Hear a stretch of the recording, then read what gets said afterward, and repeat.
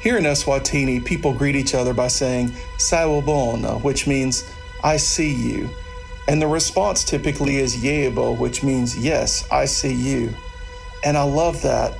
I love that it means, I see you, because that's what we want. We want for people to feel seen. Yebo! Yebo!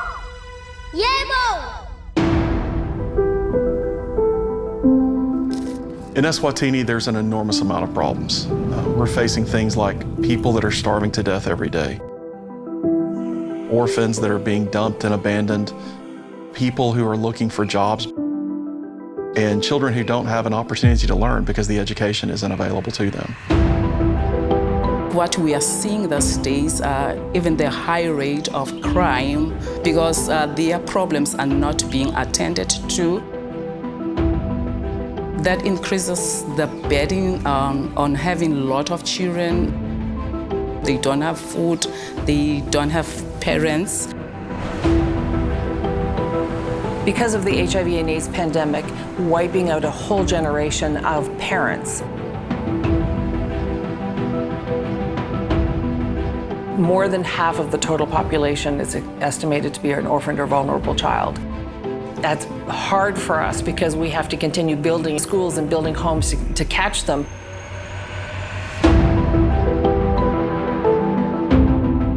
We have poured resources into to try to address these issues.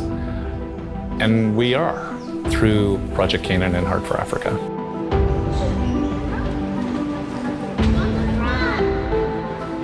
Heart for Africa are making a difference in so many people's lives. More employees, more students, more babies, more opportunities for people to participate in this call. We talk about fighting hunger, caring for orphans, decreasing poverty, and providing education.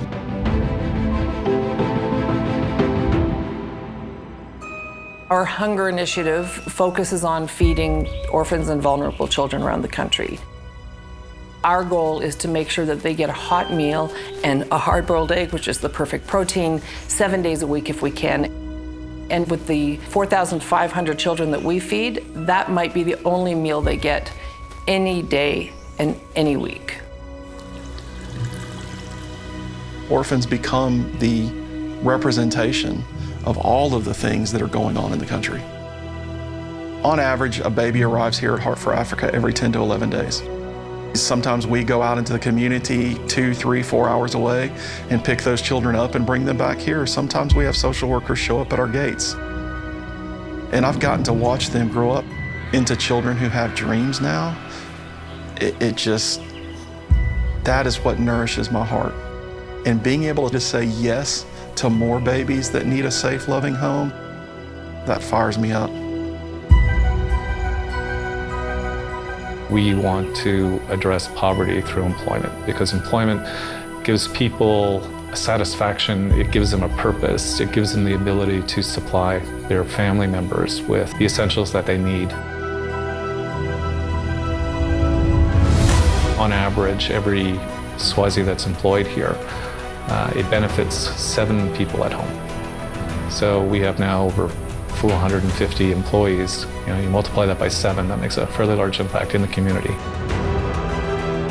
Education is the only way things are going to change. Our school is very much focused on teaching problem solving, how to think through a challenge.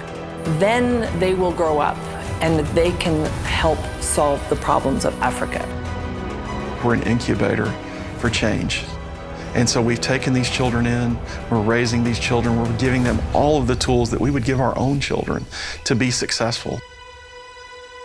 We're going to have 340. Once we have 640, once 300 of them have graduated, now we have some critical mass that actually will be able to change the future of this country.